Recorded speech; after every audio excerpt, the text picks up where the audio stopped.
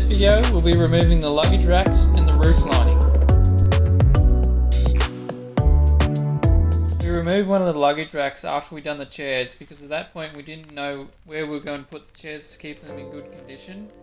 But we soon realised that we needed more space to work and that there was a slim chance of us actually being able to sell the chairs anyway. The section that I'm removing now is the bottom half of the air conditioner vent. There was also a panel that joined from this to the roof and that also helped support the luggage rack. In the air vents there was 3 wiring looms that ran the length of the bus, one on each side to control the lights and speakers above the seats, and one on the driver's side that I assume is for the engine and air conditioner controls.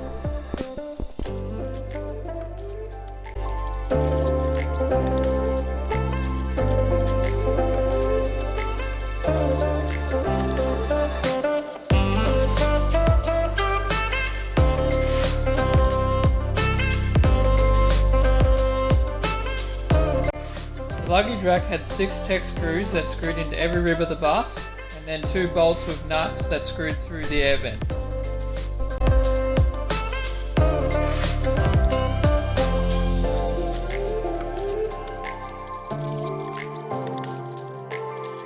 There were quite a few different techniques I used to help get the roof lining off.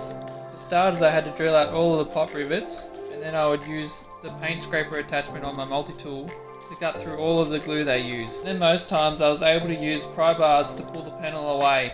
On some of the easier ones I just used my body weight to pull them off, but it was pretty slow going and pretty hard on my hands, as you will get to see later.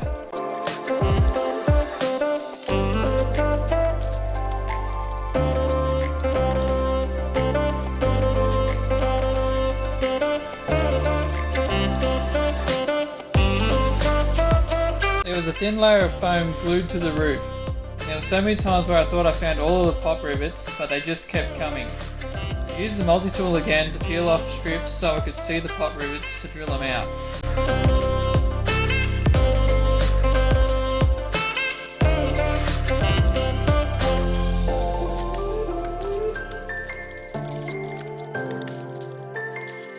To help me grip the roof panels when my hands would get too tired, I used vice grips. This worked really well for a while, but because it was about 35 degrees with no airflow in the bus, I was doing nothing but sweating, and that made my hands very soft in my gloves. And well, I think you can guess what happened next. Yep, blisters galore.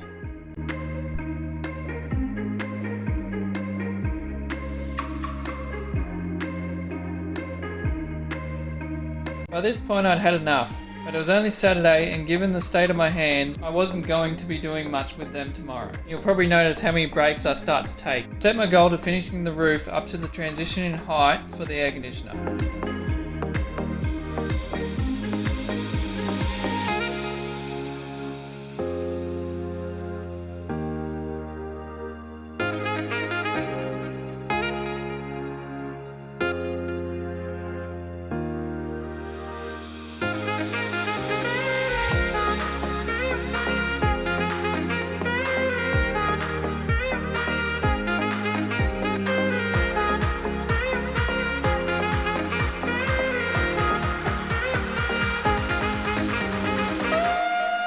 This was the last part of the roof I had, and I've been putting it off for quite a while now.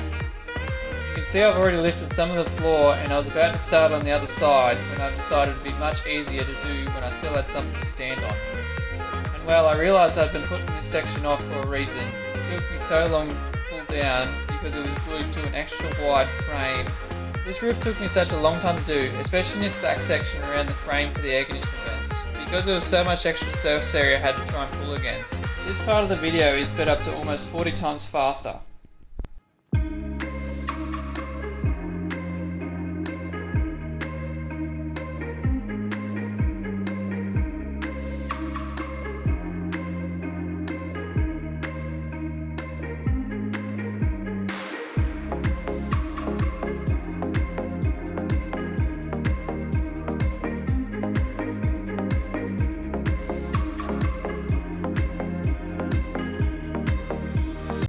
Here's just some of the cleanup.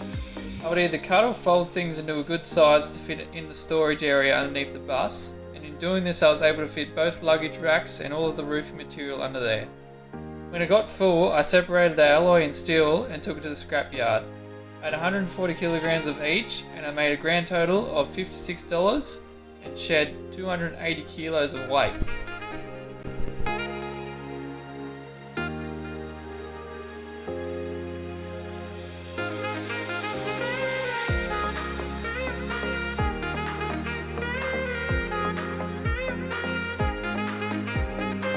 Thank you for watching, and if you want to follow our journey, please hit the like and subscribe button to catch our latest videos.